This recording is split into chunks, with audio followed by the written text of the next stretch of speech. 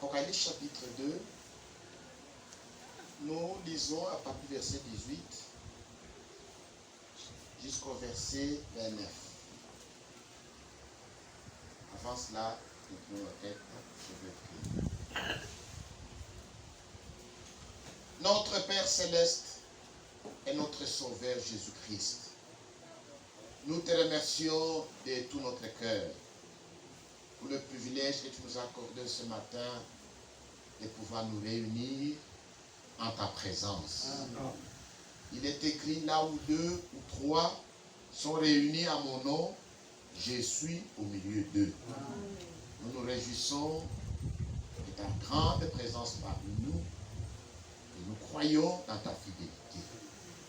Nous confessons nos fautes et nos manquements. Nous venons devant toi comme des impurs, comme des indignes. Et qui a dit, je ne mettrai pas dehors celui qui vient à moi. Et si vos péchés sont rouges comme les cramoisis, ils deviendront blancs comme la neige. Ainsi, reçois-nous, Seigneur, ce matin. Comme il est écrit, approchez-vous de Dieu et il s'approchera de vous. Amen. Nous te remercions, Seigneur, pour ta fidélité. Guéris toutes nos maladies. Amen. Et il est écrit, c'est lui qui pardonne toutes tes iniquités et qui guérit toutes tes maladies. Amen. Bénis cette portion de l'Écriture que nous voulons lire. Ces livres sacrés, son contenu est inspiré. Et nous ne voulons pas qu'un homme nous parle ce matin. Car les paroles de tout homme étaient mensonges. Mais il est écrit dans les derniers jours, personne n'enseignera son concitoyen disant qu'on est l'Éternel, mais que tous seront enseignés de Dieu. On voit les glorieux Saint-Esprit et nous voulons que nous soyons enseignés de Dieu. Nous nous recommandons à ta grâce. Prends le contrôle de ce service. Du début à la fin, pour ta gloire et pour notre édification. Au nom de notre Seigneur Jésus-Christ. Amen. Amen.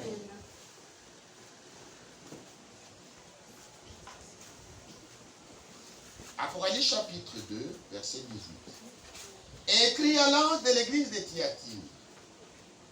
Voici ce que dit le Fils de Dieu.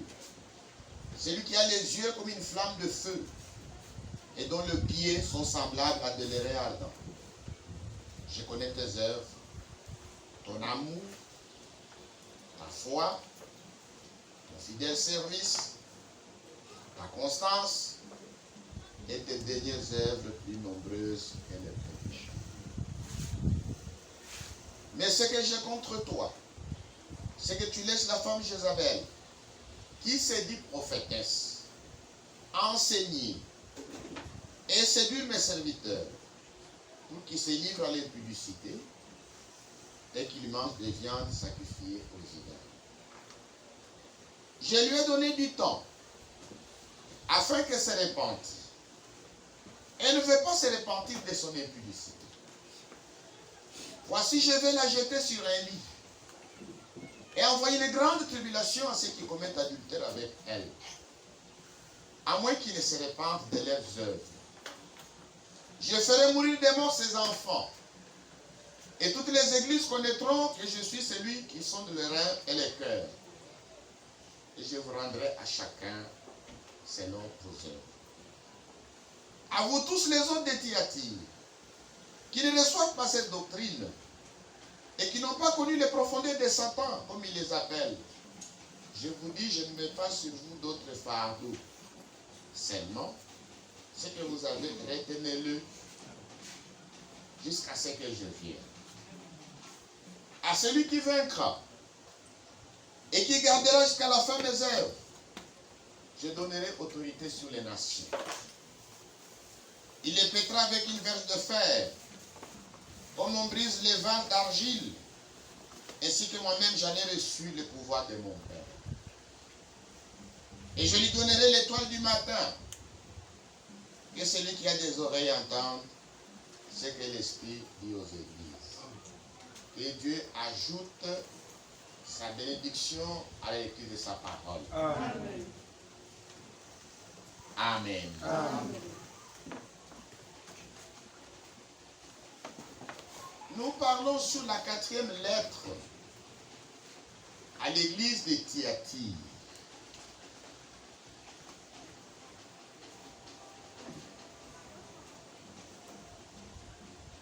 Le verset 18 dit « Écrit à l'ange de l'église de Thyatire ». L'ange de l'église de Thyatire, c'est Colomba. C'était un Irlandais.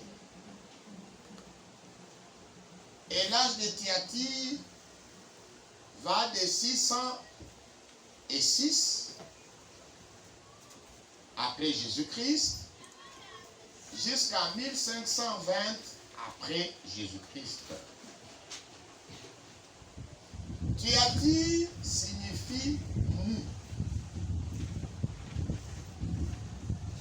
C'est ce que nous pouvons retenir au verset 18. L'ange de l'église de Thyatire, c'est Saint Colomban, c'est un Irlandais. Et cet âge va de 606 à 1520. Et le mot Thyatire signifie mou. Amen. Nous trouvons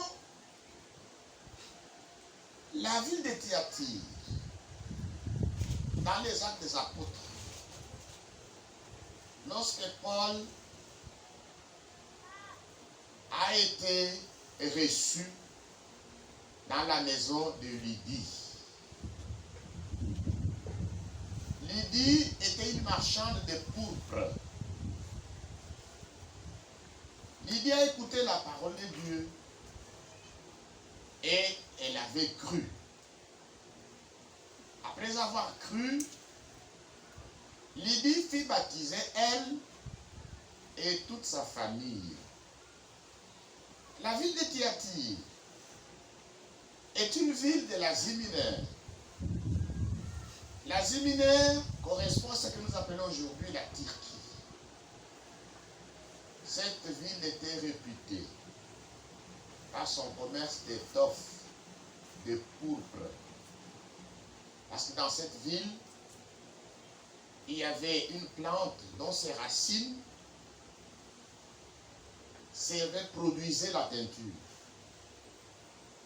Et c'est avec cette teinture qu'on colorait, et ces étoffes qui étaient en pourpre étaient les vêtements très très appréciés par les princes et les rois, les gouverneurs en ce temps-là. Donc la ville de Thyatire était une ville célèbre à cause de son commerce. Et dans la ville de Thyatire, il y avait une assemblée locale. L'on pense même que c'est Lydie qui était parmi le premier disciple dans l'église locale de Thyatire. Et le nom de Jésus-Christ soit glorifié. Amen. Voici ce que dit le Fils de Dieu. Celui qui a les yeux comme une flamme de feu et dont les pieds sont semblables à des lérins ardents.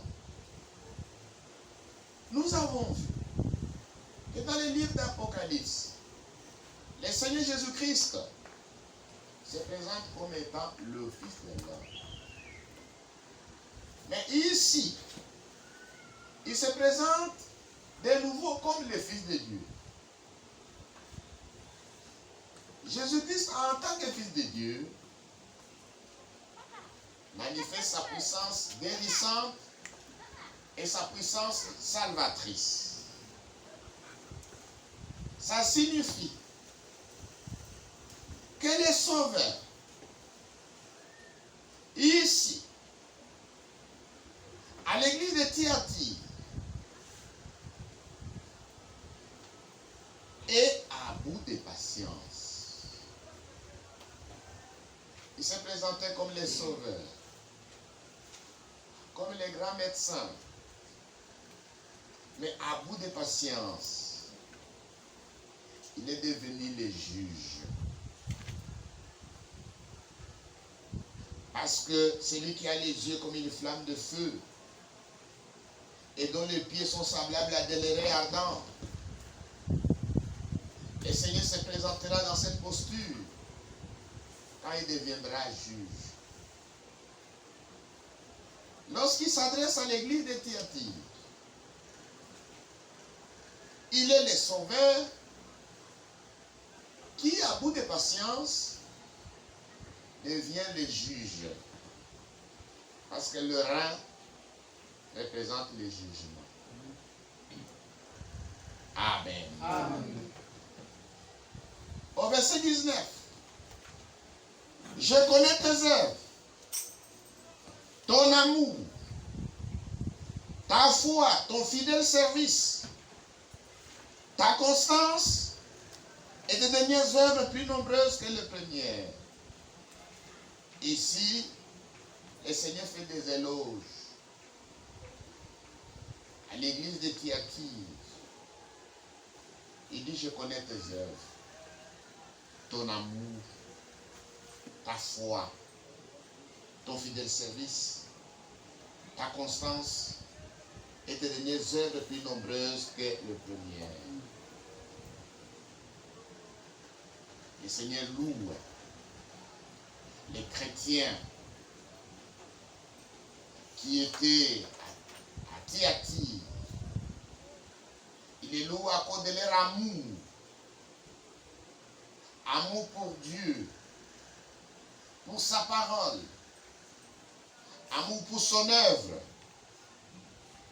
Le Seigneur les loue à cause de leur foi. Ils avaient une foi ferme à cause de leur fidèle service et de leur constance. Ils étaient constants dans l'amour, dans la foi et dans leur fidèle service. Ils étaient constants dans les œuvres. C'est pourquoi ici le Seigneur dit les dernières œuvres plus nombreuses que les premières. Donc au verset 19, ce sont les éloges. Amen. Amen. Le Seigneur fait des éloges à l'église de Thyatire. Mais ce que j'ai contre toi, c'est que tu laisses la femme Jézabel, qui se dit prophétesse, enseigner et séduire mes serviteurs, pour qu'ils se livrent à l'impudicité et qu'ils mangent des viandes sacrifiées aux idoles. Amen. Amen. Pour comprendre le verset 20, où le Seigneur parle de la femme Jézabel, il parle de viande sacrifiée aux idoles. Nous voulons d'abord parler brièvement sur l'idolâtrie. Est-ce que vous êtes ici? Amen.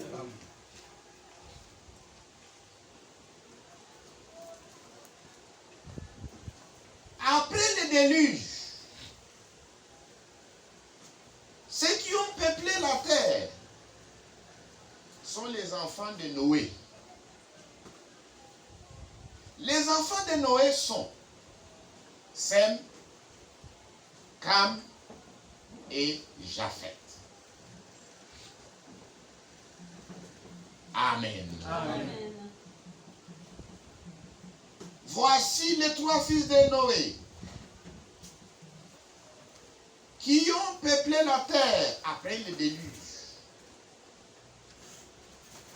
Dans la descendance de Cam, nous trouvons Canaan, son fils. Canaan engendra Couche. Et Couche engendra Nimrod. C'est Nimrod qui a fondé les sciences occultes, la magie, l'astrologie et la divination. Avant, cela n'était pas connu sur la terre. C'est Nimrod qui a fondé les sciences occultes, la magie, l'astrologie, la divination. Nimrod était un vaillant chasseur. C'est lui qui a commencé le règne à Babel.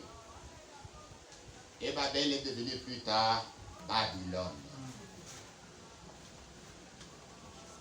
C'est lui qui a influencé les habitants de la terre à construire une tour dont les sommets toucheraient le ciel. Les habitants de la terre parlaient une même langue, avec les mêmes mots. Et cette langue était l'hébreu. C'est de cette manière que l'humanité avait basculé dans l'idolâtrie. Amen. Amen. C'est de cette manière que les habitants de la terre ont tourné les dos contre le véritable Dieu. Et ils ont embrassé maintenant l'adoration des idoles. Que le nom de Jésus-Christ soit glorifié. Amen. Avant cela, avant Nimrod, avant Cush, tous les habitants de la terre adoraient un seul Dieu. Le vrai Dieu. Mais après Nimrod, les habitants de la terre ont tourné les dos contre le véritable Dieu et tous ont basculé dans l'idolâtrie. À la divination, à l'astrologie, dans la magie et dans les sciences occultes. Et le fondateur de cela, c'est Nimrod. Amen. Amen. Quand ils ont construit une tour, parce que tous, ils parlaient la même langue, avec les mêmes mots, ils avaient une religion, la religion babylonienne, le polythéisme. Lorsque Nimrod a fondé les sciences occultes, l'astrologie, la magie, c'est lui qui a détourné les habitants de la terre de l'adoration du véritable Dieu vers plusieurs divinités. Avant, il y avait le monothéisme, l'adoration du véritable Dieu, un seul. Maintenant, il y a les polythéismes, l'adoration de plusieurs dieux.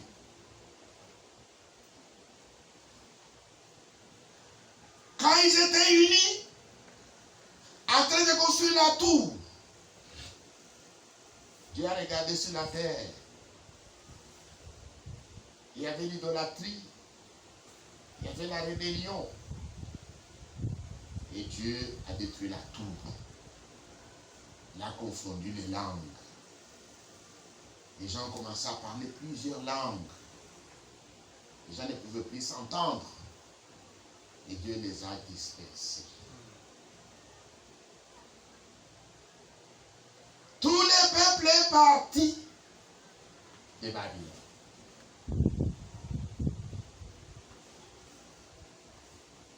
Tous les peuples qui se sont dispersés sur la terre sont partis de Babylone.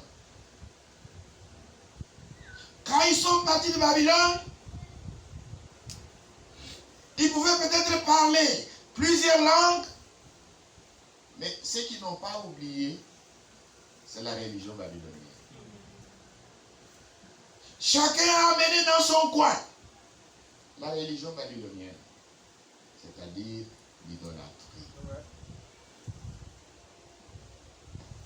Amen. Amen. Nimrod leur a enseigné l'adoration des ancêtres, l'adoration du soleil, l'adoration des astres, des étoiles, de la lune.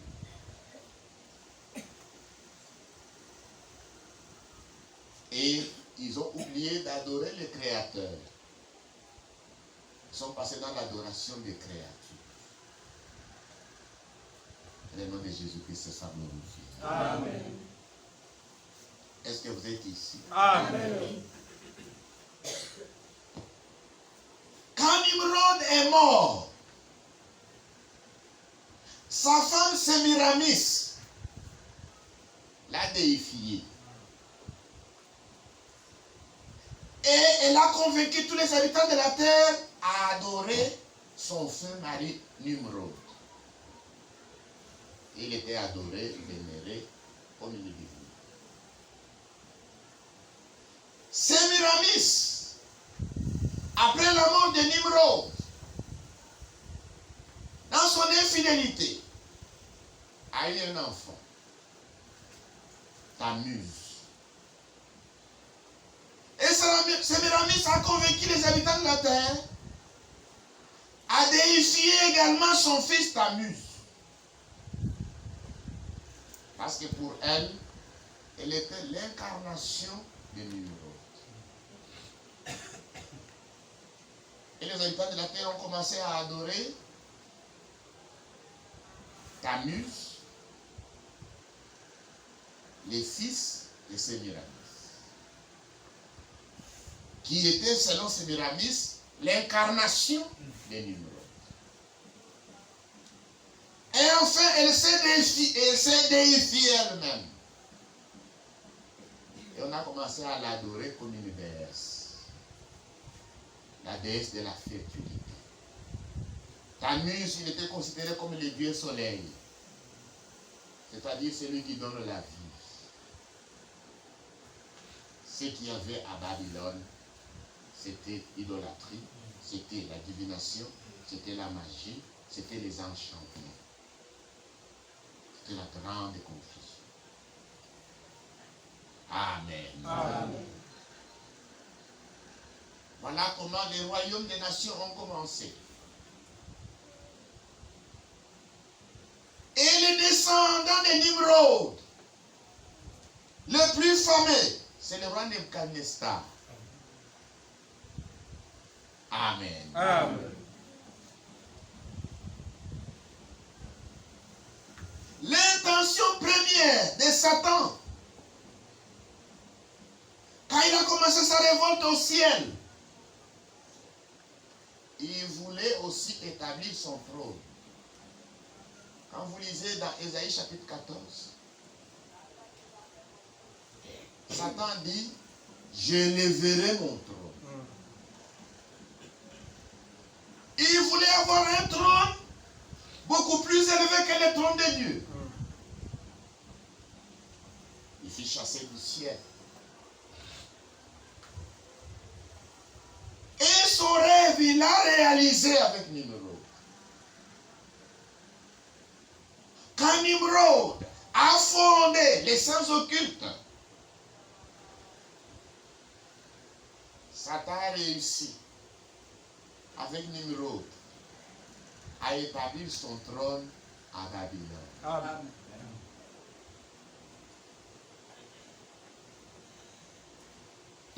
de Satan a été accompli.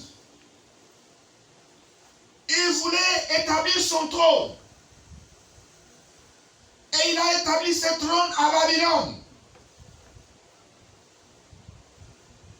C'est à Babylone où nous trouvons l'origine des enchantements et la magie. La magie ou la sorcellerie, ça veut dire la même chose. Un magicien, c'est un sorcier. C'est-à-dire quelqu'un qui évoque les morts. Et le nom de Jésus soit glorifié. Amen. L'origine de toutes ces pratiques, c'est à Babylone. C'est là où nous trouvons le trône de Satan. Maintenant, quand toute l'humanité a basculé dans l'idolâtrie, personne n'adorait le véritable Dieu. Alors que quand Dieu a créé l'homme, il voulait avoir des hommes et des femmes qui puissent l'adorer. Dieu aime l'adoration. Dieu désire être aimé.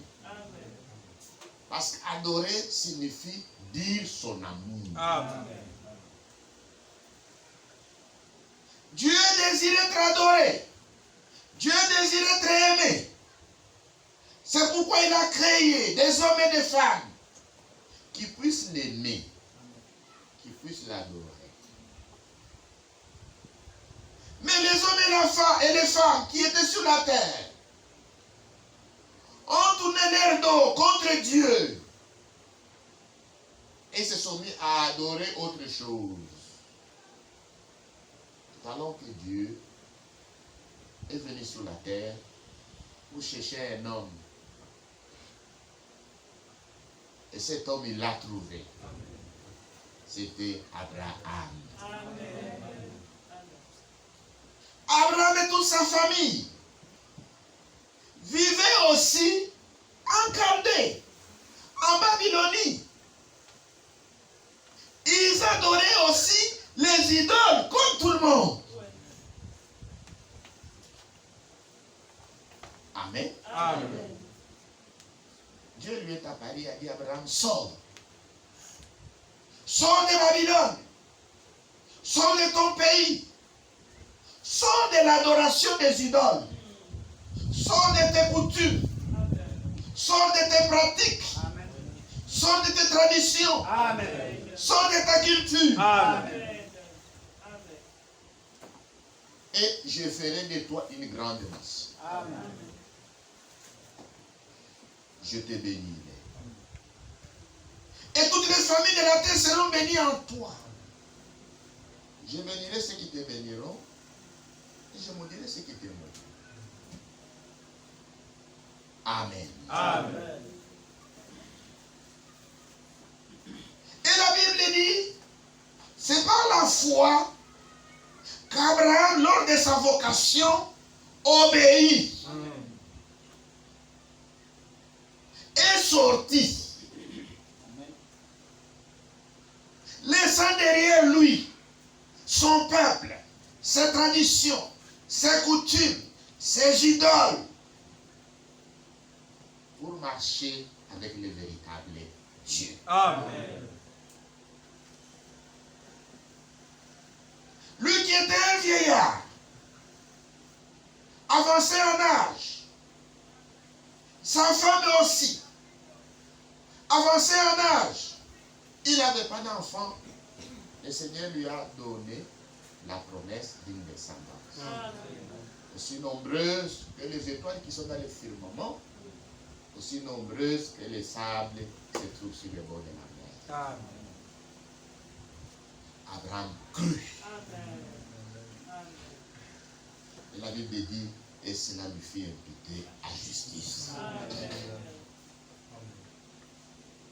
Dieu a eu confiance en Abraham parce qu'il a cru. Et il est sorti. Et Dieu lui a montré le pays qu'il lui a donné en héritage. Il a montré même les frontières. Et puis il lui a dit, sache que ta descendance séjournera dans un pays étranger. Tout ce que Dieu a promis à Abraham se réalisa. Abraham a eu un fils dans sa vieillesse, Isaac. Isaac eut des enfants, Ésaü et Jacob. Jacob dont les noms furent changés en Israël. C'est lui le père de 12 patriarches. Jacob et ses enfants émigrèrent en Égypte. Vous connaissez tous l'histoire.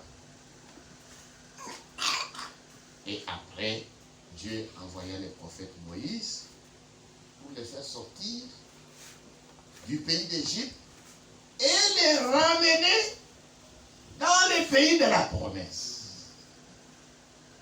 Amen. Amen.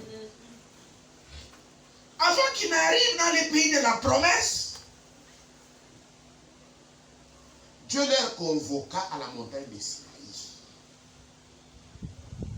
Et à la montagne de Sinaï, Dieu donna à son peuple la loi et les commandements. Amen. Amen.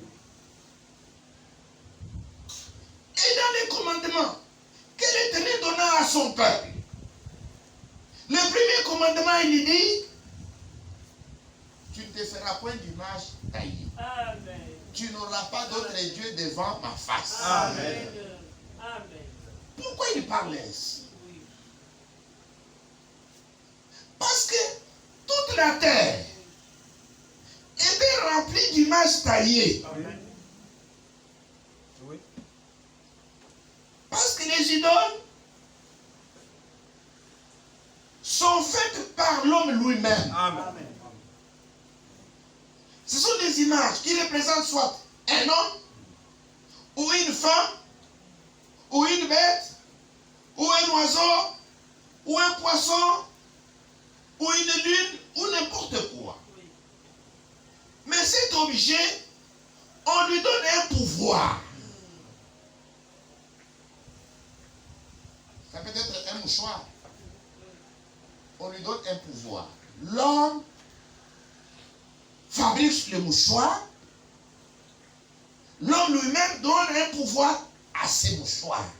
Il y a des choses qu'il a lui-même fabriquées et il lui donne un pouvoir.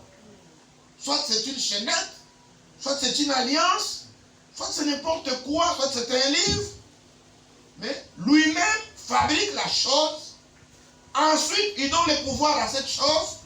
Puis il commence à se prosterner devant cette chose. Puis il commence à appeler cette chose, tu es mon Dieu. Voilà une idole. L'homme va en brousse, il cherche des écorces, il vient, il les brûle, il les réduit ensemble. Il va chercher les griffes d'un oiseau, il amène ça, il mélange. Il va au cimetière, il creuse les os des personnes mortes. Il les prend, il les broie. Il les mélange tous ensemble, il te donne. Garde ça. Garde ça. C'est une protection. Quand cet oiseau qui est maintenant la cendre était vivant et me protéger, il va me protéger maintenant qu'il est déjà mort. Quand cet homme qui est dans la tombe, quand il était vivant, il ne pouvait pas me protéger. Maintenant qu'il est mort, ses os broyés peuvent maintenant me protéger. Et la Bible dit, l'homme ne s'imagine pas qu'il a un mensonge dans sa main. Amen. Amen. Tu n'auras pas d'autre Dieu devant ma face. Tu ne te feras point d'image taillée. Tu ne te feras aucune représentation des choses qui sont sur la terre, ou en dessous de la terre, ou qui sont dans la mer, ou qui sont au ciel. Amen. Tu ne feras pas de Amen. représentation. Amen. Amen. Parce que c'est de l'idolâtrie.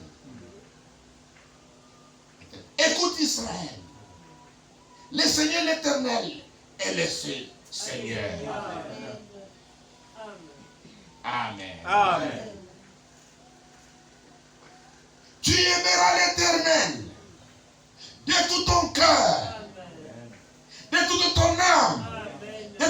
force Amen. et de toute ta pensée. Amen. Amen. Et tu aimeras ton prochain comme toi-même. Amen. Voilà la loi que Dieu donne à son peuple. Amen. D'aimer l'Éternel de tout ton cœur, de toute ton âme, de toute ta force et de toute ta pensée. Voilà le plus grand commandement. Amen. Voilà le premier commandement. Amen. Et le deuxième qui lui est semblable. Tu aimeras ton prochain qui est à côté de toi là-bas comme toi-même. Amen. Amen. Les autres commandements sont secondaires. Les autres commandements qui disent tu ne tueras point sont secondaires. Si tu aimes une personne, comment tu voudras les tuer? Et le nom de Jésus-Christ soit glorifié. Amen. Tu ne convoiteras pas la femme de ton prochain. Si tu aimes ton prochain, comment tu convoiteras sa femme?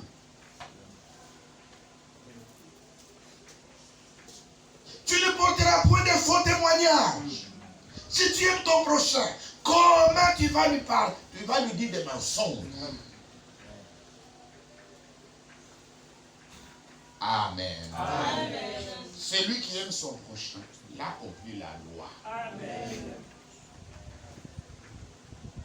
Le nom de Jésus-Christ soit glorifié. Amen. Dieu a choisi Israël pour qu'elle soit une nation qui puisse être témoin du véritable Dieu face à l'idolâtrie universelle qui sévissait sur toute la terre. Amen. Comme tous les habitants de la terre ne connaissaient plus le véritable Dieu, Dieu maintenant a fondé des nations qui puissent connaître le véritable Dieu, Amen. son nom,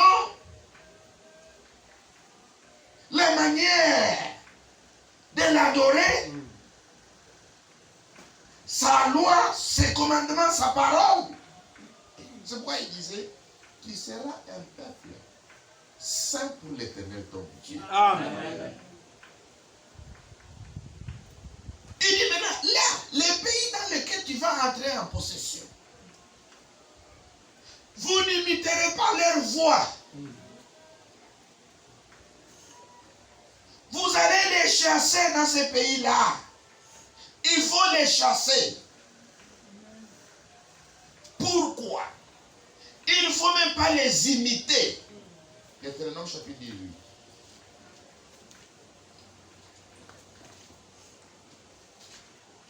Est-ce que vous êtes ici? Amen. Nous lisons à partir du verset 9. Lorsque tu seras entré dans les pays que l'Éternel ton Dieu te donne, tu n'apprendras point à imiter les abominations de ces nations-là. Amen.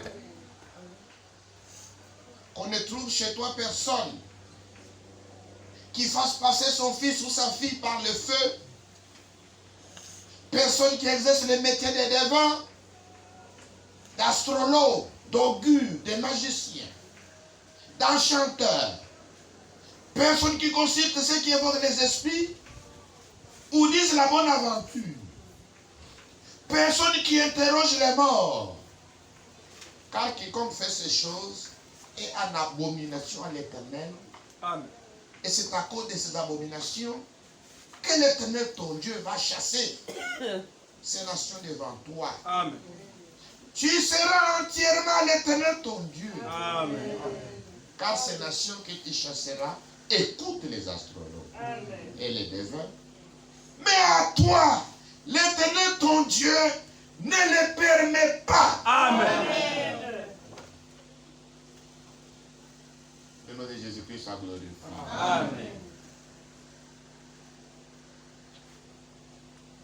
Satan a réussi à mettre son trône à Babylone. Satan a réussi a détourné les habitants de la terre de la véritable adoration pour les entraîner dans l'idolâtrie. Satan a réussi à établir son trône à Babylone. Dieu lui aussi, il a appelé Abraham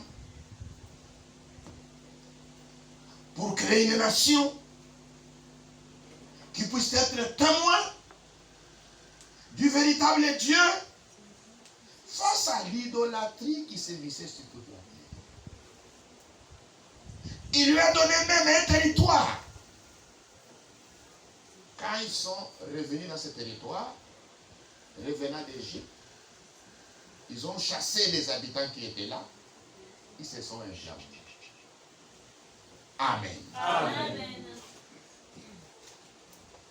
Quand ils se sont implantés, Dieu a choisi la ville de Jérusalem.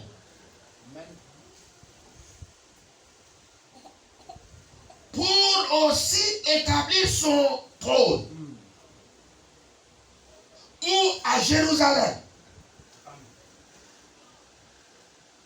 Du vivant d'Abraham, quand l'autre était pris comme prisonnier de guerre, et qu'un rescapé est venu annoncer la nouvelle à Abraham, Abraham avait armé 300 de ses serviteurs. Ils sont partis poursuivre les ennemis. Et ils ont gagné la bataille. Quand Abraham revenait de cette bataille, il a rencontré un roi prêtre qui s'appelait Melchisédek. Il a rencontré à la place où se trouve actuellement la ville de Jérusalem. Et Melchisédek s'appelait roi de Salem, c'est-à-dire roi de Jérusalem. Hébreux chapitre 7. Melchisédek n'a ni père, ni mère, ni généalogie, ni commencement des jours, ni fin de vie. Amen. Un homme comme ça, c'est Dieu. Amen. Amen. Amen. Et quand Dieu a demandé à Abraham de lui offrir Isaac, il lui a demandé d'aller l'offrir sur la montagne de Moriah. La montagne de Moriah se trouve là où se trouve actuellement la ville de Jérusalem. Le mot de temple. Il est arrivé sur la montagne de Moriah. Quand il voulait sacrifier son fils, Dieu l'a interdit et lui a donné un bélier. Amen. Amen. Plus tard, quand David est devenu roi, il a acheté l'emplacement où a été construit le temple de Salomon.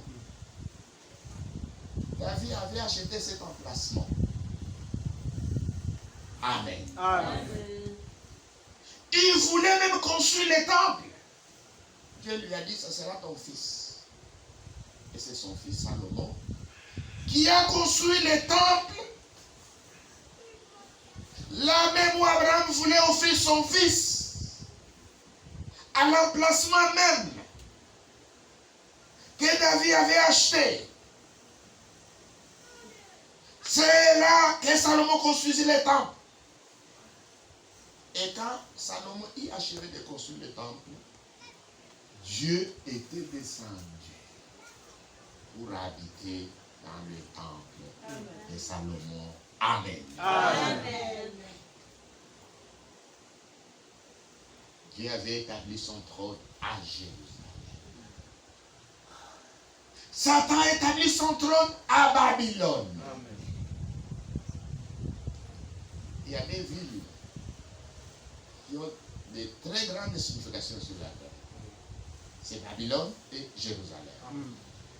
À Jérusalem, c'est la ville choisie par Dieu pour faire résider son nom Et à Babylone, c'est la ville choisie par Satan, où il a établi son trône.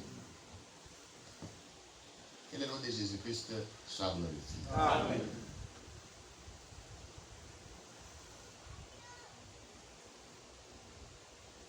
Quand nous avons vu les âges de l'Église, le premier âge de l'Église, c'est l'âge d'Éphèse. Qu'est-ce que nous avons vu dans l'âge d'Éphèse? Il y avait les chrétiens charnels qui avaient en eux l'esprit des Nicolaïtes. Et ce madame m'explique que chaque âge, chaque réveil produit toujours des jumeaux.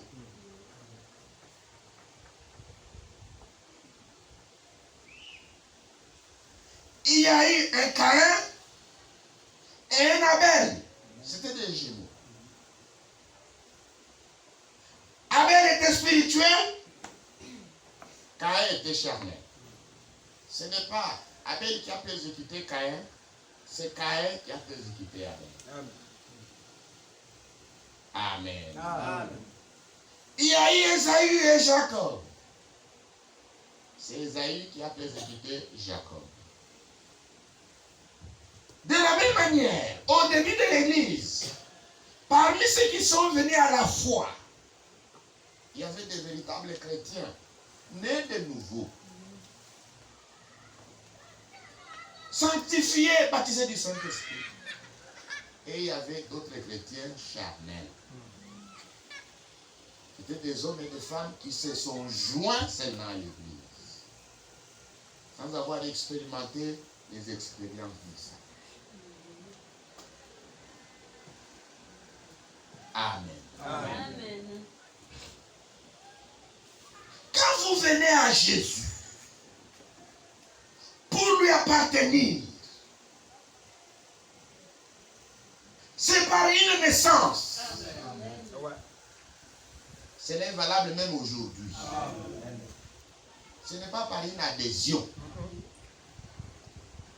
Pour naître dans une famille, même si vous aimez cette famille, vous ne pouvez pas réussir par adhésion. Pour appartenir à une famille, c'est pas la naissance. Amen. C'est pourquoi les noms, c'est une propriété de la famille. Amen. Amen. Si on vous appelle Obama, ça signifie que vous êtes de la famille Obama. Et pour être de la famille Obama, il faut naître. Il faut naître de la famille Obama pour porter ce nom. Parce que le nom est une propriété de la famille. Amen. Amen. Et pour être chrétien, il faut naître dans la famille de Dieu. Amen. Quelqu'un qui n'est pas encore né de nouveau n'a pas le droit de s'appeler chrétien. Oui. Amen.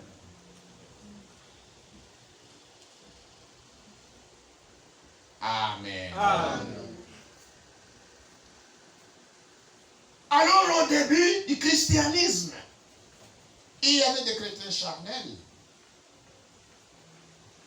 qui étaient dans la congrégation, qui avaient en eux l'esprit seulement de dominer les laïcs. Mais l'esprit de Dieu, dans le premier âge de l'Église, les avait démasqués. Et les véritables chrétiens haïssaient les œuvres des Nicolaïtes. Et Dieu a loué les chrétiens d'Éphèse. Il dit, tu hais les œuvres des Nicolaïtes, œuvres que je hais aussi. Amen. Amen. Amen. Dans le deuxième âge, nous avons vu la persécution. Les véritables chrétiens furent persécutés. D'abord, ils étaient persécutés par les Juifs. Ensuite, par l'empereur romain Néron. Et du temps de l'empereur Dioclétien, la persécution était systématique. Mais les premiers chrétiens ont bravé la mort. Ils étaient fidèles. Amen. Amen. Ils ont gardé le nom de Jésus-Christ. Ils étaient fidèles malgré la persécution. Ils ont tenu ferme. Amen. Amen. Arrivé au troisième âge de l'Église, l'empereur Constantin, qui était un empereur romain, est venu pour séduire les chrétiens. Comme les chrétiens ne fléchissaient pas malgré la persécution, ils répandaient l'évangile. Et l'évangile prospérait dans tout l'empire romain. Malgré la persécution. Alors, Constantin est venu par ruse dire aux chrétiens, il est devenu aussi comme un chrétien. Et qui devait maintenant négocier. Devait se mettre ensemble pour négocier. Dans les choses de Dieu, il n'y a pas de négociation. Amen. Vous qui attendez que pour venir à l'église, on doit d'abord venir négocier. Ça, c'est de la politique. Oui. Avant de venir, il faut d'abord qu'il y ait une assise. Une assise sur quoi? Oui, on doit d'abord parler. Non! À l'église, nous allons pour adorer, écouter la parole de Dieu. Amen. Là où il y a des assises, des congrès, c'est dans la politique. Oui. Parce que là, ils se mettent ensemble. Maintenant que nous sommes ensemble, à moi, qu'est-ce que vous allez me donner? Qu'est-ce que vous me proposez? Bon, toi, tu seras tel. Toi, tu seras tel. Toi, tu seras tel. Ah, ça va. Mais dans l'église, qu'est-ce que nous allons vous donner? Pour faire des assises. À l'église, nous venons à Jésus-Christ. Amen. Pour avoir le salut. Pour être préparé. C'est tout dans ces temps-ci. Amen. Être préparé parce que Jésus vient bientôt. Amen. Dans l'âge de Pergame, Constantin a séduit les chrétiens charnels. Il les a séduits, il les a convaincus. Et ils ont fondé ce qu'on appelle aujourd'hui l'Église catholique romaine. En 325. L'Église catholique romaine est née d'un conclave, d'une assise, d'une négociation, d'une conférence, d'une entente. C'est-à-dire, les chrétiens ont fait des concessions, l'empereur a fait des concessions, et ils ont fait un gouvernement de coalition. Ils ont réussi à introduire dans le christianisme le paganisme babylonien. Amen. Amen. Le trône qui était à Babylone, dans l'Antiquité, dans le royaume des Babyloniens, le royaume des Babyloniens a eu son apogée et sa décadence.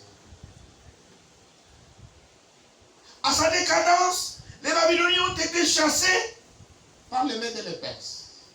Daniel chapitre 2.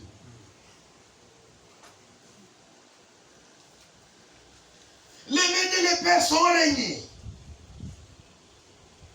eu le début, l'apogée, la décadence. Ensuite, ils ont été chassés par les Grecs. Les Grecs ont commencé leur royaume. Ils ont eu l'apogée et la chute. Ils ont été chassés par les Romains. C'est le 4e empire universel. Amen. Amen. À la naissance de Jésus-Christ, toute la terre était sous la domination romaine. Même la Palestine était sous la domination romaine. Amen. Amen. Le trône qui était établi à Babylone, avec les différentes successions, ces trônes avaient été déplacés de Babylone jusqu'à Pergame. Et à Pergame, il y avait un roi prêtre qui était le gardien du trône. Et Satan, il s'appelait Attalus III. C'était un roi prêtre, un souverain pontife. Alors, les Romains, qui avaient l'empire universel, ont négocié avec lui. Et ils ont réussi à déplacer le trône de Satan, qui était à Pergame, et ils l'ont installé à Rome. Amen. Amen. C'est pourquoi quand vous lisez attentivement Apocalypse chapitre 17, Apocalypse chapitre 17 parle de la grande Babylone. Amen. Et quand vous lisez même dans les livres d'histoire, les historiens disent que la grande Babylone, ou la Babylone moderne, c'est Rome. Le trône de Satan qui était à Babylone, ancienne, antique, en Mésopotamie,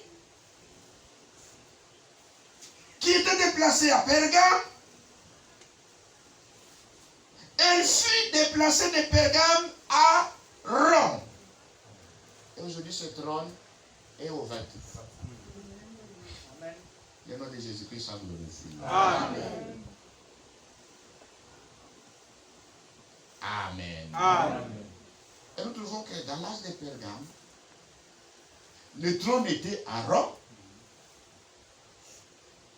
Un empereur païen, il vient négocier avec les chrétiens charnels, ils trouvent un compromis, ils fondent une église. On appelle l'église catholique romaine.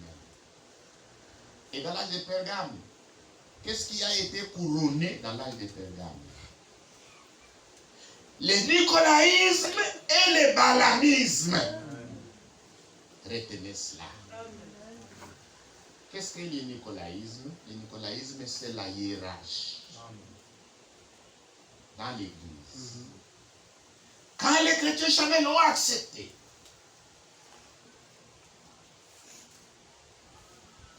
de se marier à l'État romain,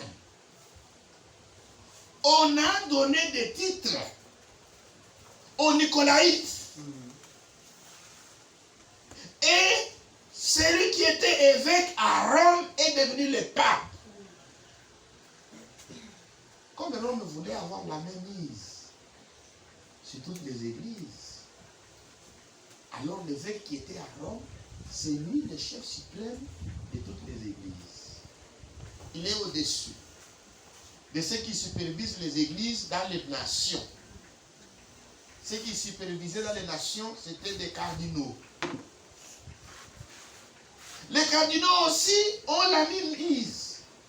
C'est ceux qui supervisent l'église à l'intérieur du pays. Ce sont les archevêques et les évêques. Voilà le nicolaïsme. Est devenu une doctrine. Ensuite, le balanisme est devenu une doctrine. Ceux qui lisent la Bible savent qui est Balaam. C'est un prophète mercenaire. à Balak de mettre une pièce d'achoppement devant Israël. Pour qu'Israël mange des viandes sacrifiées aux idoles et qu'Israël se livre à l'impudicité. Car Israël était de passage dans la mort.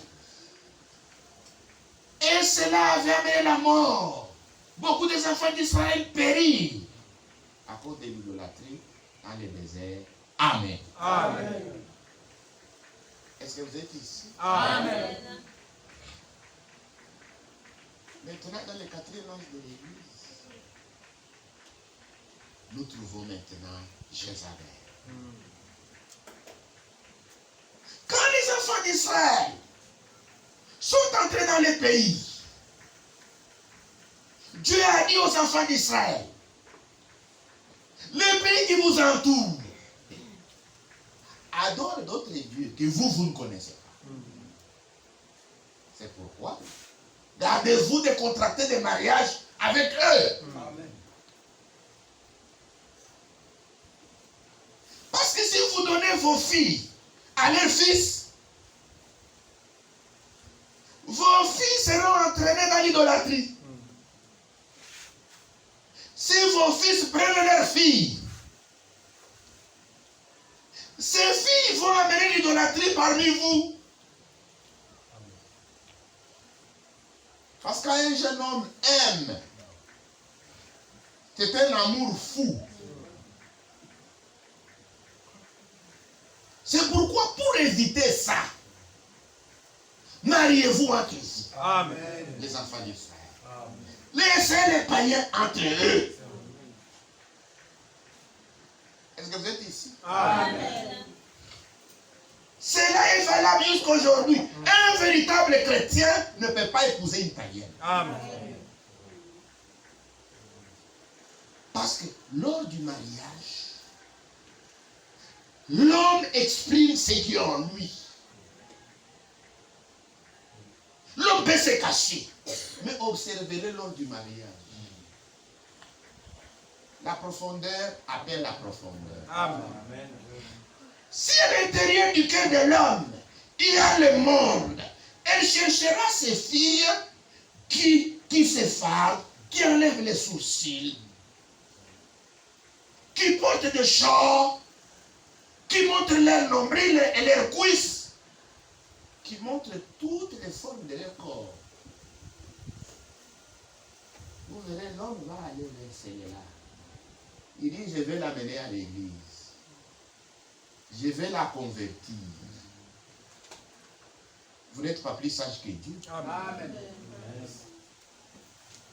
Et ne sera pas converti. Amen. Est-ce que vous avez déjà vu un léopard changer ses taches? Toute femme qui se respecte, si tu lui dis je vais te marier, et elle se cache. Elle cache sa véritable nature. Pour te montrer une nature qu'elle n'a pas. Elle commence à parler lentement, lentement. Même pour voir ses dents, c'est difficile. Même pour voir ses yeux. Quand vous l'appelez, s'il vous plaît, oui. Elle devient innocente. Maintenant, quand vous l'amenez maintenant chez elle, là maintenant, elle prend pour cela. Aujourd'hui, tu vas croire. Tu ne me connaissais pas, aujourd'hui tu vas me connaître. C'est pourquoi dans une femme, suivez la nouvelle naissance. Amen. Suivez la nature de Christ. Amen. Ne regardez pas aux apparences. L'apparence est trompeuse. Amen. Une femme qui passe des longueurs des journées devant un miroir pour chercher à être belle. Cette beauté-là cache un mauvais caractère. Oui.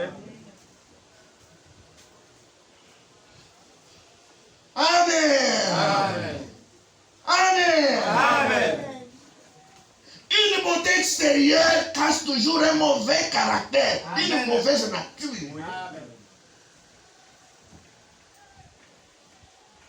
Et les jeunes hommes aussi se laissent attirer seulement par ça.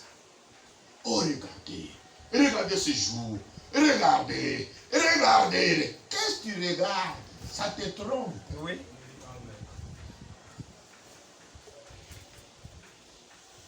Amen. Amen. La beauté, la Bible compare ça à l'aurore. L'aurore ne dure pas.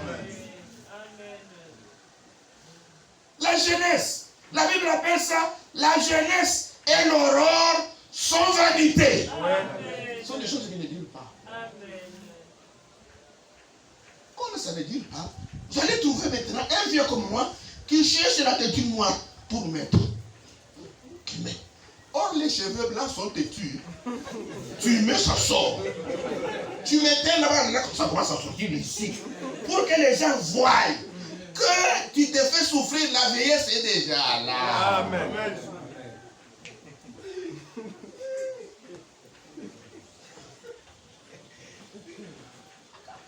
Un véritable vieillard doit être content de ses cheveux blancs. La Bible dit, tu te lèveras devant les cheveux blancs. Tu honoreras la personne du vieillard. Maintenant, si nous tous les vieux, nous mettons la têture noire, nous serons confondus à vous les petits. Oui. Il faut les cheveux blancs. Ah, bonjour papa, bonjour. Sinon, on va t'appeler jeune homme. Jeune homme. Oh non, moi je suis grand. Mais tu es grand. Le nom de Jésus, ça glorifie. Amen. La jeunesse et l'aurore sont vanité. Amen. Ça ne dure pas. Ça ne dure pas. Ça passe rapidement. Tu ne veux pas qu'on voie les rides. Tu commences, je ne sais pas mettre quoi, pour qu'on ne voie pas les rides. Les rides sont toujours là. Amen. Amen. Il y a un cantique que nous chantons. Jamais vieilli, jamais vieilli. Nous ne vieillirons jamais. Dans ce pays qui vient. Mais ici, nous vieillissons, nous tombons malades. Amen. Et la fin nous mourrons. Le nom de Jésus-Christ soit glorifié. Amen. Dieu avait mis des garde-fous. Mais Akab n'a pas voulu écouter ce que Dieu a dit. Il est allé au Liban. Il a épousé une Libanaise, Jézabel, qui vivait dans la ville de Sidon. Il a mené en Israël. Jézabel, ce n'était pas de sa faute. Jézabel ne connaissait pas Jéhovah. Jézabel connaissait seulement les Baals et les Astartés. Mais Akab l'amène en Israël. Jézabel s'est fardée. Elle se rendait belle. Elle était très belle. Parce que la beauté artificielle dépasse la beauté naturelle. Oui. Amen. Amen. La même femme que vous voyez tous les jours, elle va chercher quelque chose, elle met à la tête. Tu vas l'oublier. Tu vas l'oublier. C'est elle ou ce n'est pas elle? Elle a mis une chevelure artificielle qui ne lui appartient pas. Tu vas l'oublier. Parce qu'elle se déguise. Elle met des ongles artificiels qui ne lui appartiennent pas. Ici. Elle met des sourcils artificiels, ça sort là-bas. Une chevelure qui ne lui appartient pas. Elle met une couleur aux lèvres différente de la couleur de ses lèvres naturelles. Quand elle sort, elle va te reconnaître. Toi, tu ne vas plus la reconnaître. Est-ce que vous êtes ici? Amen.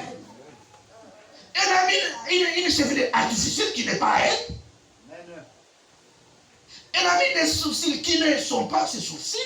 Amen, amen. Elle a mis une couleur à ses lèvres qui ne sont pas la couleur de ses lèvres. Elle a mis ici une autre couleur, là-bas une autre couleur. Et puis elle met beaucoup de choses artificielles. Ici au nez, elle met quelque chose qui brille. Ici sur la langue, elle met quelque chose qui brille. Amen. Pourquoi vous allez manger? Les nez brillent. Les ongles brillent. Les sourcils sont là. Une chevelure qui ne vous appartient pas. Ici aux oreilles, des choses qui pendent là-bas. Même ici, une chaîne. Maintenant qu'elle commence à marcher là-bas. Et tu penses que c'est une femme qui est venue de notre planète ou pas? C'est le mensonge. Quand vous voyez une femme comme ça, qui a beaucoup de choses artificielles, sachez que dans son cœur aussi, il y a beaucoup de choses artificielles. Amen. Beaucoup de choses artificielles. C'est ce que fait Banama a dit. Beaucoup de choses artificielles sont dans son cœur. Il y a beaucoup de choses artificielles dans son cœur qu'elle ne voudrait pas que tu connaisses. C'est pourquoi quand on l'appelle, son téléphone, il va répondre là-bas. Son téléphone est verrouillé. Même toi, les maris, tu ne sauras pas hein, les codes. Hein. Quand il quitte là-bas, tu peux. Ça ne s'ouvre pas. Ça ne s'ouvre pas. Qu'est-ce qu'elle cache? Des choses artificielles. Amen. Amen. Amen. Un chrétien n'a pas peur de son téléphone. Amen. N'a pas peur. Amen. Même s'il n'est pas là, quand vous plaidez, vous regardez ce message. Amen. Parce que tout est pur, même dans son téléphone. Amen. Le nom de Jésus-Christ soit glorifié. Amen. Vous savez qu'est-ce qui s'est passé quand Jézabel est arrivée en Israël? Jézabel a réussi à convertir d'abord son mari aux idoles. Akab a abandonné Jéhovah. Et Jézabel a réussi à séduire tous les enfants d'Israël, à se tourner contre Jéhovah et à se tourner vers les idoles. Il était sanguinaire. Il tuait tout ce qui lui résistait. C'est imposé par la force. Et Israël a basculé dans l'idolâtrie. Amen. Amen. Mais Dieu a suscité Élie, qui a prononcé un jugement contre Jézabel et contre ses filles. Et ce qu'Élie avait prononcé contre Jézabel est arrivé. Amen. Ce qu'il avait prophétisé contre ses filles est arrivé aussi. Amen. Jézabel est morte d'une mauvaise mort. Sa fille Athalie est morte d'une mauvaise mort. Pourquoi? Parce qu'ils avaient fait une mauvaise chose en détournant le peuple de Dieu dans l'idolâtrie. Amen. Amen. Dans le 4e âge de l'Église, la Bible condamne.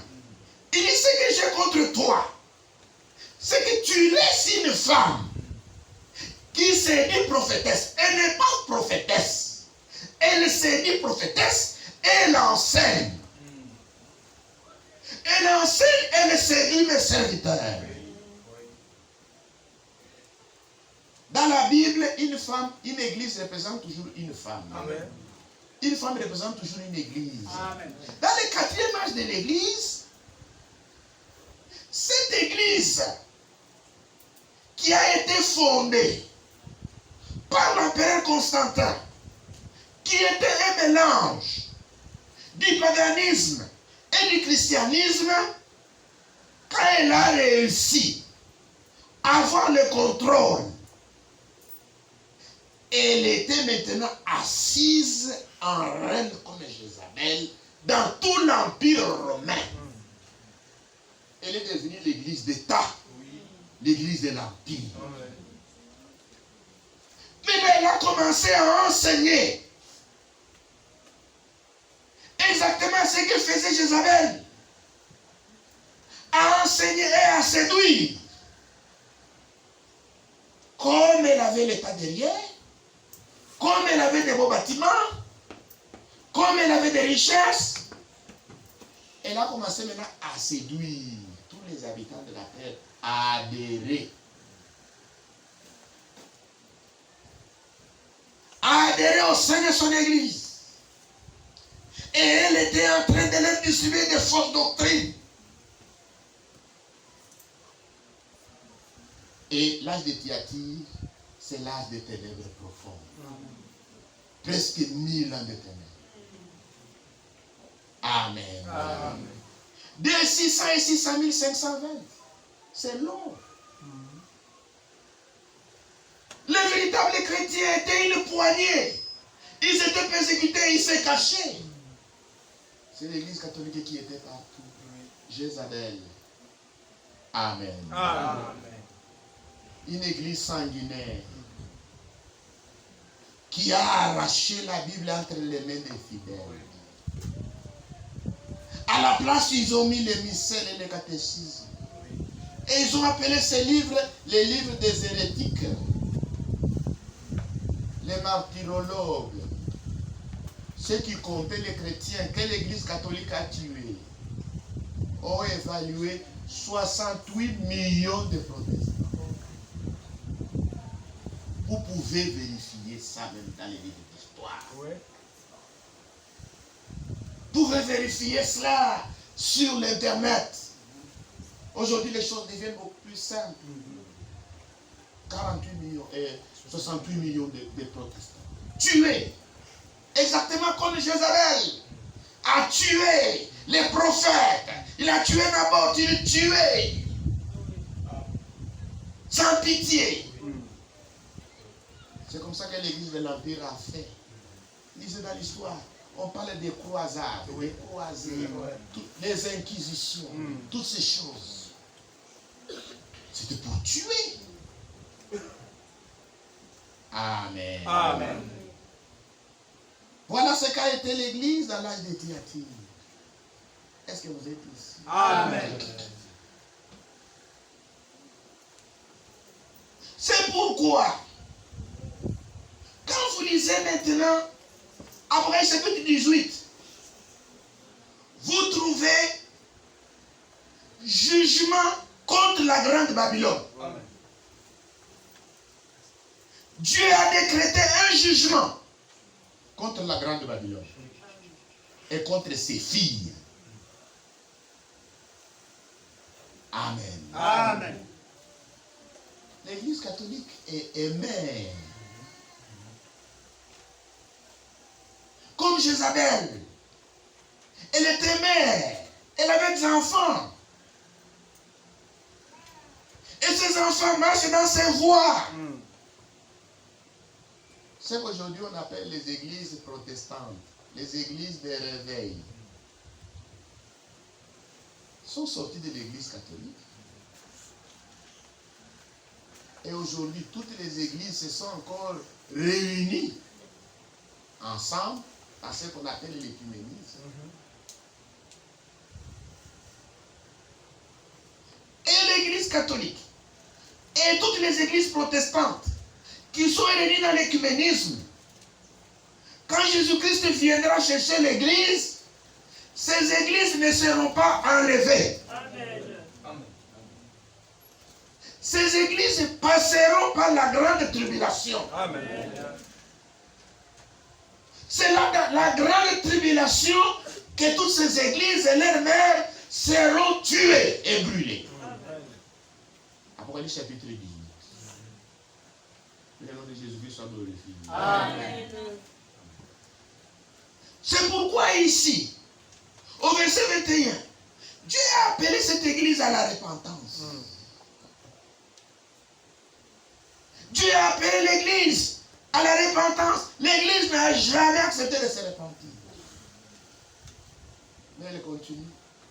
Aujourd'hui, les chefs de l'église catholique se proposent même maintenant d'échanger cette Bible. Pour lui, cette Bible n'est plus adaptée. Parce que dans cette Bible, on condamne l'homosexualité. Le pape, lui, défend l'homosexualité. Cette Bible parle de l'enfer pour les méchants. Le pape dit qu'il n'y a pas d'enfer pour les méchants. Dieu ne va pas brûler les gens. Alors, il faut carrément écarter cette Bible. Le projet est en cours. Et le pape appelle les Africains. Les Africains adhérer à l'idée qu'il va faire une nouvelle Bible. Il dit aux Africains, cette Bible-là que vous lisez, c'est nous qui vous avons donné cette Bible. Ce ne sont pas les Occidentaux qui nous ont amené la Bible. Amen. Cette Bible, c'est le livre de Dieu. Amen. Amen. Il ment. Amen. Le nom de Jésus soit glorifié. Amen. Vous qui êtes dans les dénominations, vous qui êtes dans les églises de réveil, si vous ne sortez pas de ces églises, vous périrez avec elles. Amen. Il n'y a pas d'espoir pour Jézabel. Il n'y a pas d'espoir pour ses filles. Elles ont versé le sang des serviteurs de Dieu. Le jugement est déjà prononcé. Akab a régné. Jézabel a régné. Mais à un certain moment, Akab est mort. D'une mauvaise mort. Les chiens ont léché son sang. Jézabel est morte. Sa chair a été dévorée par les chiens. Ses enfants aussi ont péri de la même manière. Tués. Parce que Dieu avait prononcé le jugement. Vous qui pensez que l'église catholique est de Dieu, vous êtes dans l'erreur. C'est l'église de Satan. Amen. Elle périra. Toutes les églises qui sont sorties d'elle, qui sont alignées à elle, périront aussi. Pour cette prédication, je vais amener ça à mon prêtre. Je vais amener ça à mon pasteur. Je vais voir ce qu'il va me dire. Si toi, tu es convaincu que ce que tu viens d'entendre est la vérité, ce que vous pouvez faire, c'est vous sauver votre propre vie. Amen. C'est sortir du milieu d'eux. Amen. Ne participez pas à ces péchés.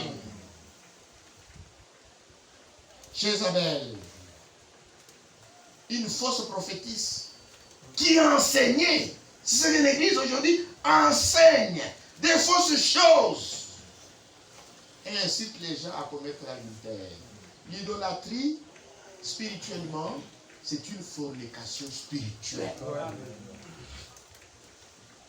Le nom de Jésus-Christ soit glorifié. Amen. Il y a un détail sur l'idolâtrie. Dieu peut utiliser un homme. Dieu peut utiliser un objet. Mais toute la gloire doit revenir uniquement à Dieu. Amen. Quand vous commencez à rendre gloire à un homme, c'est de l'idolâtrie. Amen. Amen. Cette écriture, nous devons la lire. Elle est très importante. Dans les livres de Genèse, où la Bible parle de adore Dieu.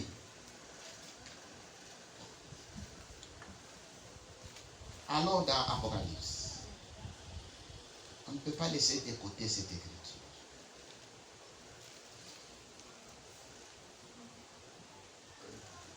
Apocalypse 22, verset combien? Verset 9.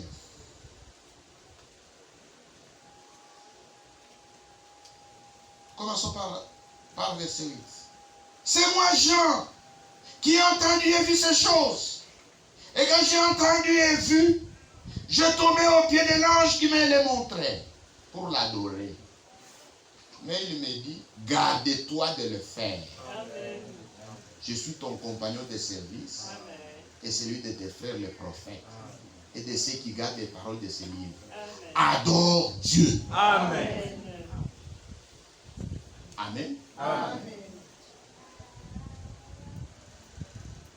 Dieu a utilisé les serpents d'airain. Les enfants d'Israël ont gardé ce serpent d'airain. Et après, ils ont commencé à adorer les serpents d'airain. Dieu a condamné cela. Il a suscité un roi qui a détruit les serpents d'airain. Amen. Amen. Et aujourd'hui, l'histoire se répète. Dans notre âge, Dieu a utilisé un homme, William Branham, comme serviteur de Dieu et prophète. Si nous devons adorer, nous devons adorer Dieu. Amen. Pas Frère Branham. Amen. Est-ce que vous êtes ici? Amen. Dieu a interdit de se faire des représentations. Des choses qui sont dans le ciel et qui sont sur la terre. Et commencer à se prosterner.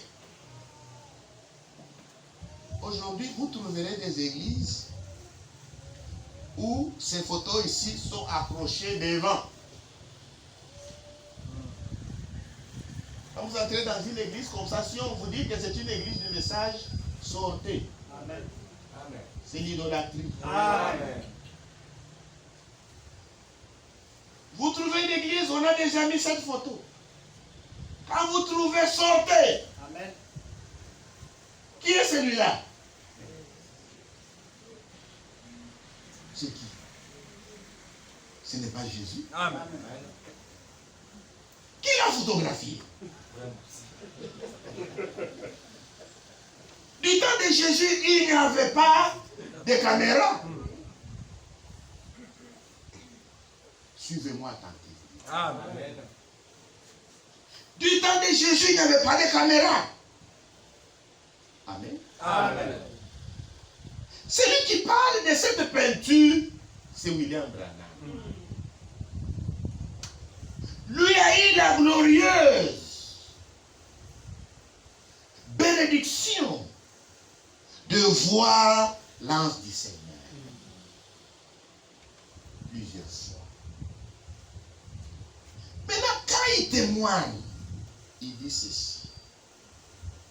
De toutes les photos qui représentent le Seigneur Jésus-Christ, c'est l'image, la peinture de Hoffman qui se ressemble un peu à ce qu'il est réellement. Mais ce n'est pas ça qu'il est réellement. Oui. Beaucoup de peintres ont représenté le Seigneur Jésus-Christ, chacun à sa manière, parce que personne ne l'a photographié. Quand vous allez aux quatre portes, vous trouvez nos amis, ont représenté Jésus avec un cœur dehors. Ils sont libres. On ne condamne personne. Hoffman a représenté le Seigneur Jésus-Christ de cette façon-ci. Mais il ne l'a pas vu, il n'a pas photographié. Frère Branham dit, ça se ressemble un peu à ce qu'il est, mais il n'est pas exactement comme ça. Oui. Mais aujourd'hui, c'est mis dans des églises. Cette image, et cette image. Cette image représente la nuit, qui a été photographiée par les savants aux États-Unis d'Amérique. Quand les 7 anges sont venus de l'éternité pour donner la révélation de cette sceau au frère Branham. Quand ils se sont envolés, pour retourner dans l'éternité, ils ont formé ces nuages. Et ces nuages s'est formé à un endroit où les nuages ne peuvent pas se former. Et les météos ont pris cette photo. Mais sachant quoi dire, ils ont fait sortir ça dans un journal pour demander s'il y a quelqu'un qui connaît l'explication de ces nuages surnaturels. Et ce madame de passage, il a trouvé ce journal. Il a admiré comme les autres. Quand il voulait passer, l'Esprit du Seigneur lui a dit, prends ça et tourne comme ça. Il a tourné. Il dit, observe attentivement. Et quand il a observé attentivement, il y a comme les yeux d'un homme, comme les nez, comme une bouche. C'est Dieu qui a dit à ce madame de tourner comme ça. Mais sur le journal Look et Life, c'est comme ça. Mais aujourd'hui, on scanne même. On prend cette image, on scanne à l'intérieur. Et vous voyez clairement le visage d'un homme avec des yeux, les nez et consorts. C'est l'idolâtrie. Oui. Les gens ne s'arrêtent pas par là. Ils ont mis ça dans des badges, ils se promènent avec ça, ils portent ça. Sur les polos. C'est l'idolâtrie. Amen. Petits enfants, gardez-vous des idoles. Amen. Celui que nous devons adorer, c'est qui? C'est Dieu. Amen. C'est le Seigneur Jésus-Christ. Amen. Dans nos cantiques, si nous voulons chanter, chantons à la gloire de Jésus-Christ. Amen. Pas à la gloire d'un pasteur, non. Pas à la gloire de ce madame, non. Amen. À la gloire de Jésus-Christ. Amen. C'est lui qui mérite l'honneur et la gloire. Amen. Ces détails, il fallait en parler. Et le nom de Jésus soit glorifié. Amen. Maintenant, Dieu a demandé à cette église de se repentir. Cette église ne veut pas se repentir. Alors au verset 2, Dieu prononce les jugements. Les jugements est déjà prononcé. Après chapitre 2, verset 22. Je ferai mourir de mort ses enfants. Et toutes les églises connaîtront que je suis celui qui sonde les reins et les cœurs, et je vous rendrai à chacun selon vos œuvres. Le jugement est déjà prononcé contre cette église apostate. Et tous ces enfants seront tués dans la grande tribulation. Bien-aimés frères et sœurs, la venue de Jésus-Christ est proche. Amen. Je vais vous donner juste un signe. Ce qui arriva du temps de l'autre, ce qui arriva du temps de Noé, arrivera pareillement au jour de la venue du Fils de l'homme. Amen. Si nous pouvons dire Amen à ça. Amen.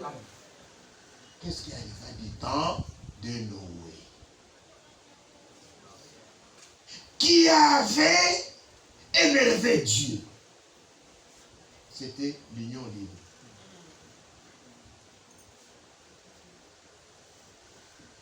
Le mariage avait perdu sa valeur. La beauté des femmes, la beauté artificielle était à son comble. Et les hommes prenaient les femmes parmi toutes celles qu'ils choisissaient. Les hommes n'étaient plus des maris, on les appelait gars. J'ai mon gars.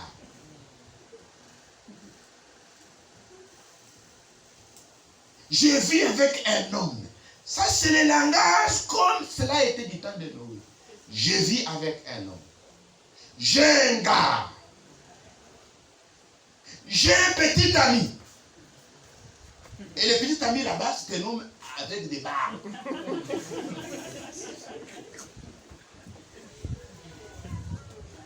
Mais on l'appelle un petit tas. Voilà ce qui s'est passé du temps de Noé. Vous qui avez des petits amis, si vous vous aimez, allez vous marier. Amen. Je ne vous demande pas de rompre. Allez officialiser le mariage. Amen. Sinon vous payerez comme les gars du temps de Noé. Amen. Amen. Les hommes aussi. Ma petite amie. Cette petite amie, c'est une grande dame. Ma copine.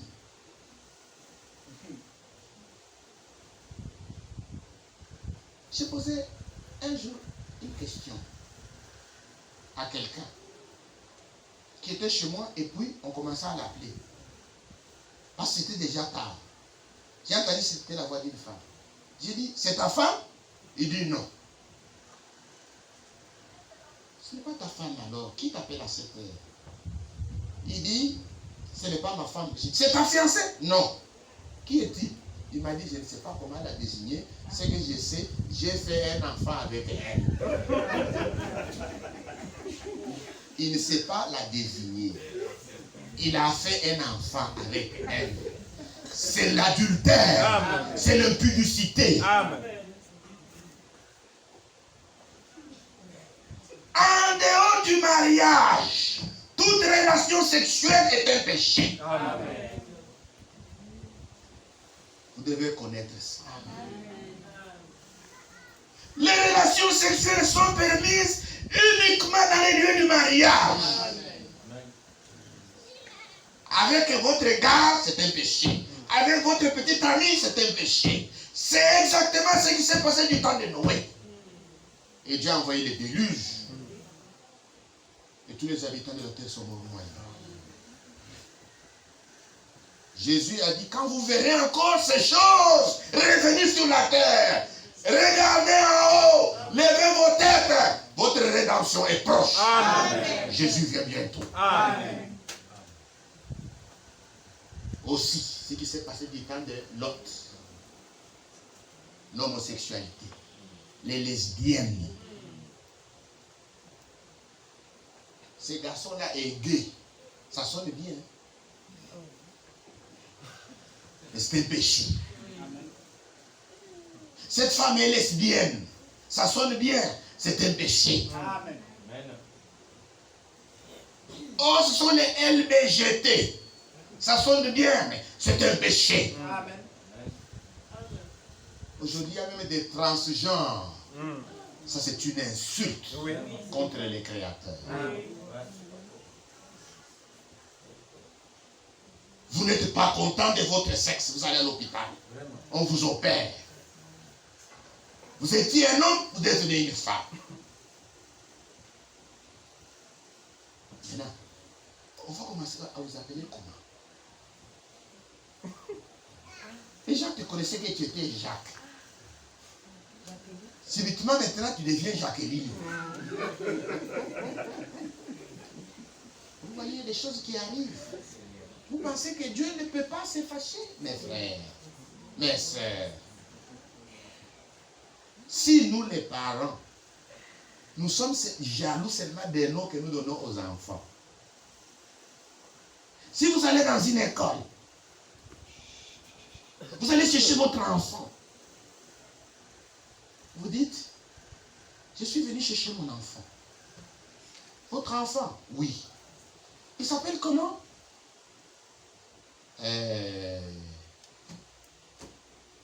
Tu donnes les noms. On ne les connaît pas. On ne les connaît pas comment? On te sort un autre nom. Qu'est-ce que tu vas ressentir? Que tu lui as jamais donné. Ça, c'est seulement les noms. Mais le Seigneur te donne le sexe masculin. Toi, tu dis non. Moi, je voudrais être une femme. Quelle insulte. sommes dans cet âge-là. Ouais. Quand vous voyez ça, qu'est-ce que ça vous dit? C'est un signe que Jésus vient bientôt. Amen. Cette génération, les choses ne peuvent pas continuer ainsi. Nous aurons un monde de quel type d'habitants? Les gens ne veulent plus de leur sexe, mais ils veulent avoir des enfants. Vous aurez des enfants comme toi. Oh, nous cherchons maintenant à adopter. C'est la folie. La voie idéale que Dieu a tracée pour continuer à peupler la terre, vous ne voulez pas ça. C'est pourquoi en Namibie, quand on vous attrape, vous êtes homosexuel, on vous met en prison. Il dit, vous sortirez de la prison quand vous nous donnerez des bébés. Restez là-bas. Les jours où il y aura naissance d'un bébé, nous viendrons vous faire sortir. Et les Occidentaux critiquent ça. Un pays sans droit de l'homme. Ce n'est pas les droits de l'homme, c'est le péché. Oui. Il dit, quand vous verrez cela, la venue de Jésus-Christ est proche. Amen. Amen. Et le nom de Jésus soit glorifié. Amen. C'était un âge couvert de ténèbres. C'est pourquoi le Seigneur dit aux chrétiens de ce temps-là, il dit, ce que tu as, garde ça. Amen. Il dit, je ne te demande plus autre chose, seulement ce que tu as, garde. Parce que les chrétiens, parfois, chacun avait seulement une page de la Bible. L'autre une page. Quand il s'est retrouvé, toi lis un peu ce que tu as, il lit dans sa... L'autre lit, il remercie le Seigneur et le culte est terminé. Amen. Le Seigneur dit, garde seulement ce que tu as. Alléluia. Amen. Amen. Tu sais, quand Jézabel a tué les serviteurs de Dieu, ce n'est pas tout Israël qui avait fléchi les genoux. Dieu s'était réservé cette mine. Amen. Amen. Quand Dieu demandait à Élie, Élie disait, oh, je suis resté seul. Et même à moi, Jézabel cherche à me tuer. Le Seigneur dit, tu n'es pas seul. Je me suis réservé 7000 hommes qui n'ont pas fléchi les genoux devant Baal. Ces 7000, c'était les vainqueurs. Amen. Alléluia. Amen. Il y avait aussi des vainqueurs. Même dans cet âge, il y aura des vainqueurs. Amen. Qui vont vaincre cet esprit de la Odyssée. Oui. Qui vont se tenir à la parole. Amen. Amen. Amen. Et aux vainqueurs, il dit, je leur donnerai l'autorité sur toutes les nations. Je leur donnerai l'étoile du matin. Amen. L'étoile du matin, c'est Christ. Amen. Voilà ce que nous pouvons résumer Alléluia. sur l'âge de Thyatire. Amen. C'est l'âge le plus long, c'est l'âge des ténèbres, Oui. mais il y avait des vainqueurs. Amen. Ceux qui avaient gardé la parole. Et à partir de mercredi maintenant, Dieu voulant, nous commençons maintenant les 5e âge de l'Église, qu'on appelle l'âge des Sardes. C'est l'âge de la réforme. Et vous allez voir maintenant comment Dieu lui-même est entré en action pour sortir son Église du sein de cette même confusion.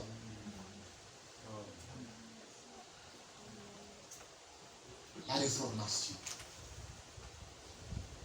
commence dans les 5e âge de l'Église. Amen. Amen. Comment l'âge des Sardes commence? C'est un moine catholique. Martin Luther, un Allemand, qui était au sein même de l'église.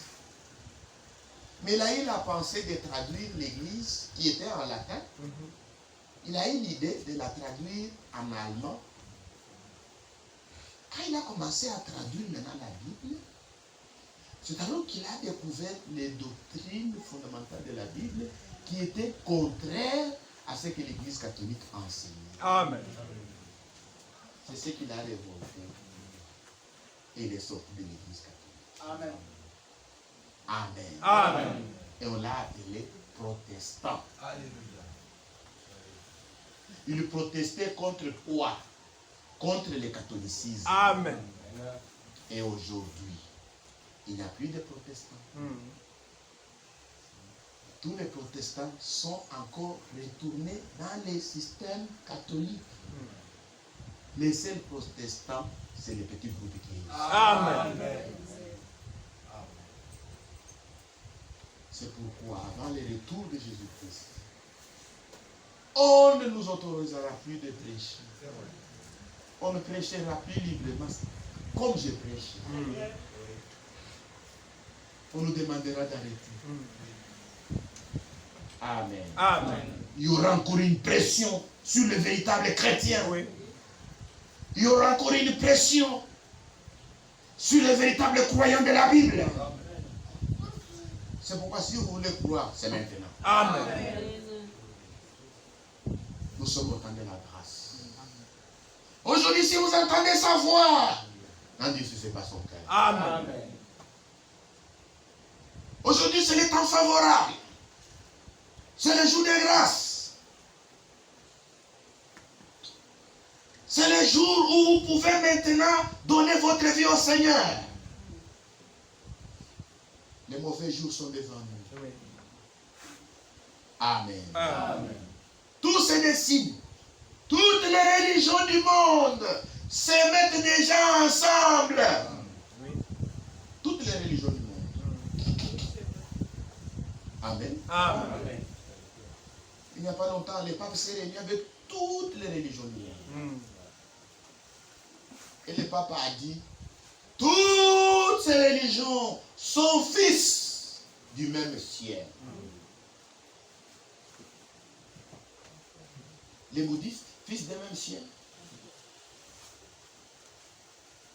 N'importe quoi que vous faites, il suffit seulement d'être dans ce groupe-là, les papes vous garantissent le ciel. Et maintenant, il arrivera que nous qui prêchons un son contraire à cela, on va nous obliger d'arrêter. Et ça sera pour un court moment. Jésus viendra, l'église de Jésus sera enlevée dans la gloire. Amen. Amen. Amen. Dieu peut utiliser un homme. Mais la gloire, nous devons à qui? À Dieu. Quel est le nom qui est au-dessus de tout nom? Jésus. J'aimerais que tout le monde répète cela. Quel est le nom qui est au-dessus de tout nom? Jésus. 23. Prends le nom de Jésus avec toi, ô toi, enfant de tristesse. Il va te procurer la joie. Prends le chapeau qui va